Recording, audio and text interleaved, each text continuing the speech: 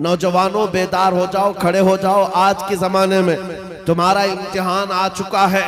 कभी तुमको हुस्न दिखाकर, कभी तुमको दौलत दिखाकर, कभी तुमको टेलीविजन के पर्दों पर नाचने वाली गंदी सूरतें दिखाकर तुम्हारे अखलाक, तुम्हारे ईमान को खरीदने के लिए दज्जाली ताकतें मैदान में उतर चुकी हैं। जब इस तरह की दावतें तुम्हारे पास आ जाएं, ठोकर मार देना और उसके बाद फिर दुनिया को ये ऐलान करके कहना, मुझे दौलत से कोई सरोकार नहीं, मुझे हुस्न शबाब से कोई सरोकार नहीं, मुझे तुम्हारे दिए हुए सिक्के और टुकड़ों से कोई सरोकार नहीं। अपना सब कुछ गुंबद खजरा कल भी था और आज भी है। मेरे नबी से मेरा रिश्ता कल भी था और ये ईमान हो जाए नौजवानों का। मेरे नबी से मेरा रिश्ता कल भी था और आज भी है। बस ये जज्बा बेदार कर लो। चाहे जैसे भी सैलाब आए, जैसी भी तूफान आए, जैसी भी आंधियां आए, आकर चली जाएंगी, तुम्हारा पत्ता तक नहीं उखाड़ सकेंगे। इसलिए कि ये वो इस्लाम है। 1400 सालों से इस पर कितनी मर्तबा तूफान आए, कितनी मर्तबा ऐसे ऐसे जालिम आकर के इसके पत्ते नोचने की कोशिश करते रहे, लेकिन इस्लाम फल रहा है, फूल रहा है, आज भी है। और आपको मैं बताऊं, वो यूरोप जो इस्लाम की दुश्मनी में सबसे आगे है, लेकिन पूरी दुनिया की आज इनका डेटा निकालें तो पता चलेगा सबसे ज्यादा यूरोप में फैलने वाला कोई दीन है तो वो दीन है इस्लाम। तुम जितना ही दबाओगे उतना ही ये उभरेगा। इस्लाम की फितरत में कुदरत ने वो लचक दी है, जितना ही दबाओगे उतना ही वो उभरेगा। मैं नौजवानों से कहना चाहता हूं, तुम अपनी जिंदगी गेम में, इंटरनेट के इन गंदी तस्वीरों में, फेसबुक और इंस्टा में गुजार करके दुनिया से चले जाओगे तो कल क़यामत के दिन तुमसे भी सवाल होगा। जब छोटी बच्चियां चीख रही थी, जब उम्मते मोहम्मदिया पर सख्त तरीन वक्त आ चुका था इम्तिहान का, ऐ नौजवान तू अपनी नौजवानी कहां बर्बाद कर रहा था, किन अड्डों पर बैठा था, तू कौन से ताश के पत्ते खेल रहा था, तेरे हाथ में तो नशा था। अगर क़यामत के दिन सवाल हुआ, याद रखो मुहद्दिसीन फरमाते हैं सिर्फ अल्लाह का एक सवाल, मैंने तुझे जवानी दी थी, कहां खर्चा किया। इसका जवाब देते देते कुछ लोगों को 500 साल लग जाते, कुछ लोगों को 400 साल, कुछ को 500 साल लग जाते हैं। आज अल्लाह ने जवानी दी है।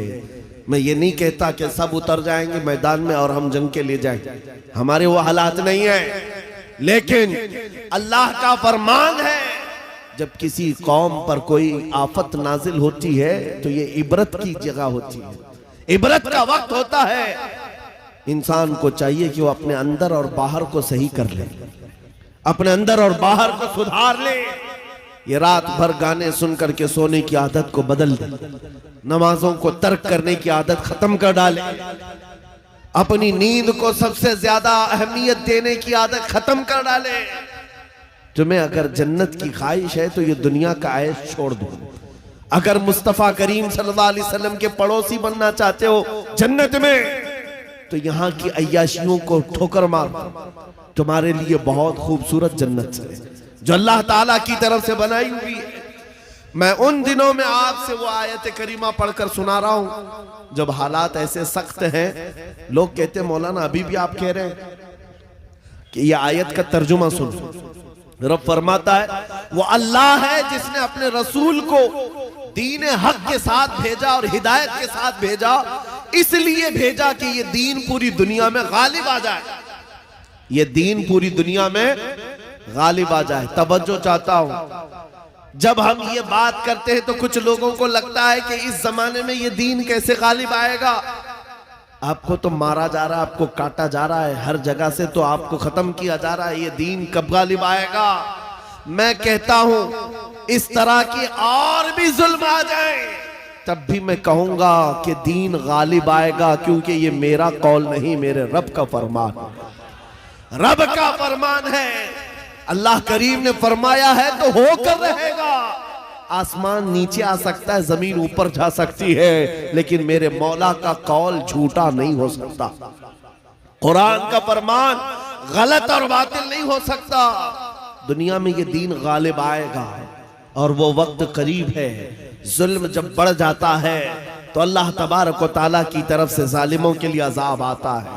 चंद दिन के बाद देखना, जब रब तबारक व तआला की पकड़ होगी इन जालिमों की, तुम इनको अखबार के किसी कोने में भी नहीं पाओगे। इनका नामो निशान खत्म हो जाएगा।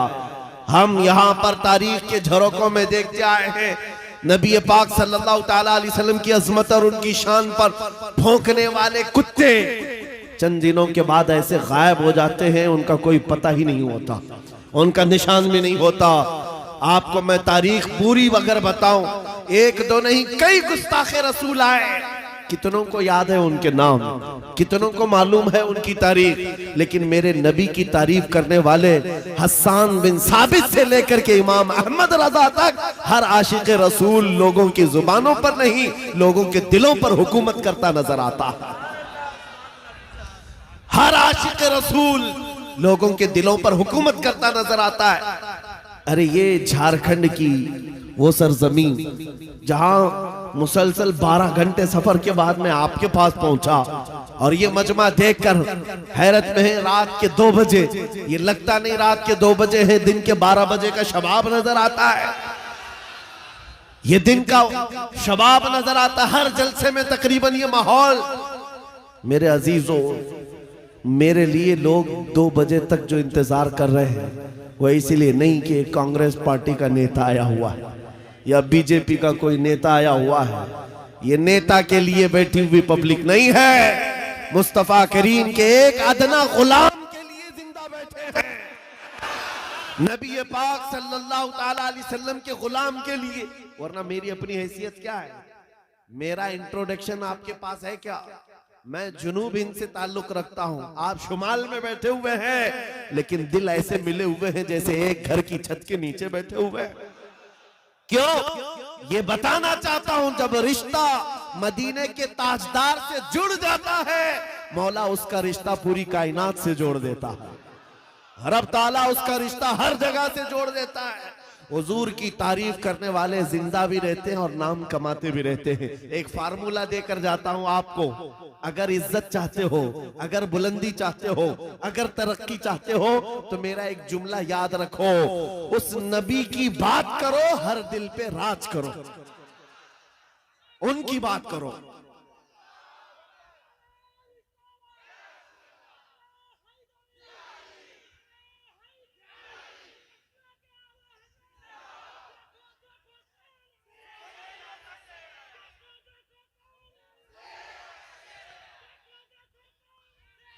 जब तक बिके न थे तो कोई पूछता न था, या रसूल अल्लाह तुमने खरीद कर हमें अनमोल कर दिया।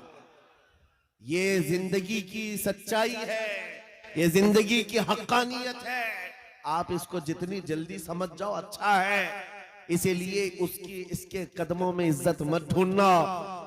हमने देखा है 40-40 साल पार्टी की खिदमत करते रहे, बूढ़े हो गए तो पार्टी ने साइड लगा दिया। साहब आपकी उम्र हो गई, अब जवानों को टाइम दिया जाए।